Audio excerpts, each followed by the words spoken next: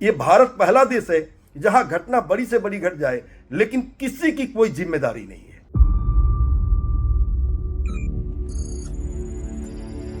नमस्कार। घटना अथवा दुर्घटना ये प्रायः होती रहती हैं, पहले भी हुई हैं, अब भी होती हैं, आगे भी हो सकती हैं। लेकिन हर घटना कुछ न कुछ कहानी कहती है या हर घटना के पीछे कोई लापरवाही, कोई अव्यवस्था अथवा कोई न कोई चूक हो सकती है। ऐसा भी हो सकता है कि कोई चूक ना भी हो। लेकिन दोस्तों, कई घटनाएं घटी। पहले जब घटनाएं घटती थी तो लगता था कि किसी न किसी की जवाबदेही है, किसी न किसी की जिम्मेदारी है। लेकिन अब ऐसा लगता ही नहीं कि कोई किसी घटना के लिए जिम्मेवार है।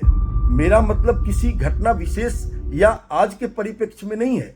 अभी कई वीडियो देखने को मिला YouTube पर, जिसमें मैंने देखा कि इस जहाज में जब ये दिल्ली से अहमदाबाद के लिए गई, उस क्रम में कई यात्री ऐसे थे जिन्होंने कुछ परेशानियां झेली। यहाँ तक कि अहमदाबाद एयरपोर्ट पर भी कई यात्री उसमें एसी न चलने की शिकायत कर रहे थे। और कई लोग तो यहाँ तक कि कोई अखबार लेकर के और कोई जो सीट के नीचे जो बुक्स रखे रहते हैं उससे अपने को पंखा हवा दे रहे थे।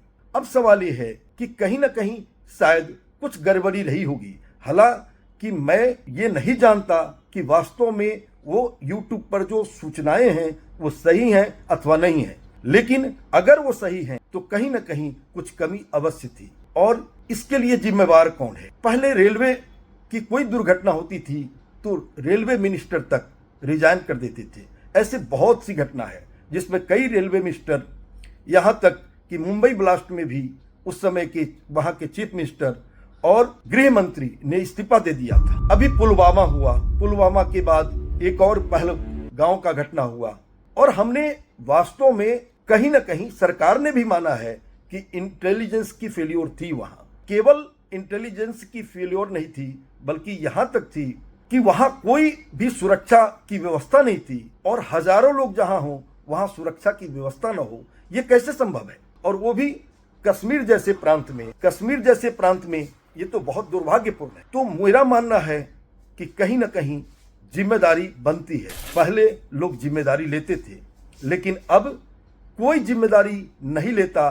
कारण चूंकि हम ताली और थाली पीटने में व्यस्त रहते हैं। अब समझ नहीं आती भारत में एक नागरिक होने का मतलब क्या है। कभी अमेरिका से ऐसा तस्वीर आता है जो दिल को दहला देता है, झकझोरता है। ये भी सूचना है कि बहुत से लोग भारत की नागरिकता, शायद 12 लाख से अधिक लोगों ने 1, 2, 3 वर्षों में भारत की नागरिकता छोड़ दी है। जो लोग भी थोड़े सक्षम हैं वो भारत की नागरिकता छोड़ते जा रहे हैं। लेकिन हम ताली और थाली पीटने में व्यस्त हैं। हम किसी दल की बात नहीं करना चाहते, लेकिन एक नागरिक होने के नाते एक नागरिक की जिम्मेदारी है कि सरकार से आंख में आंख डाल करके सवाल करें।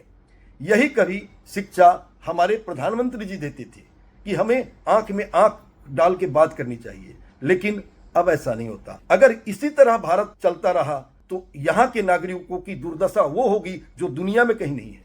आज दुनिया में कहीं भी कोई घटना घटती है तो उसकी जिम्मेदारी वहाँ के, चाहे वो राष्ट्रपति हों, चाहे वो प्रधानमंत्री हों, चाहे वहाँ के डिफेंस मिनिस्टर हों, चाहे वहाँ के गृह मंत्री हों, कोई ना कोई उसकी जिम्मेदारी लेता है।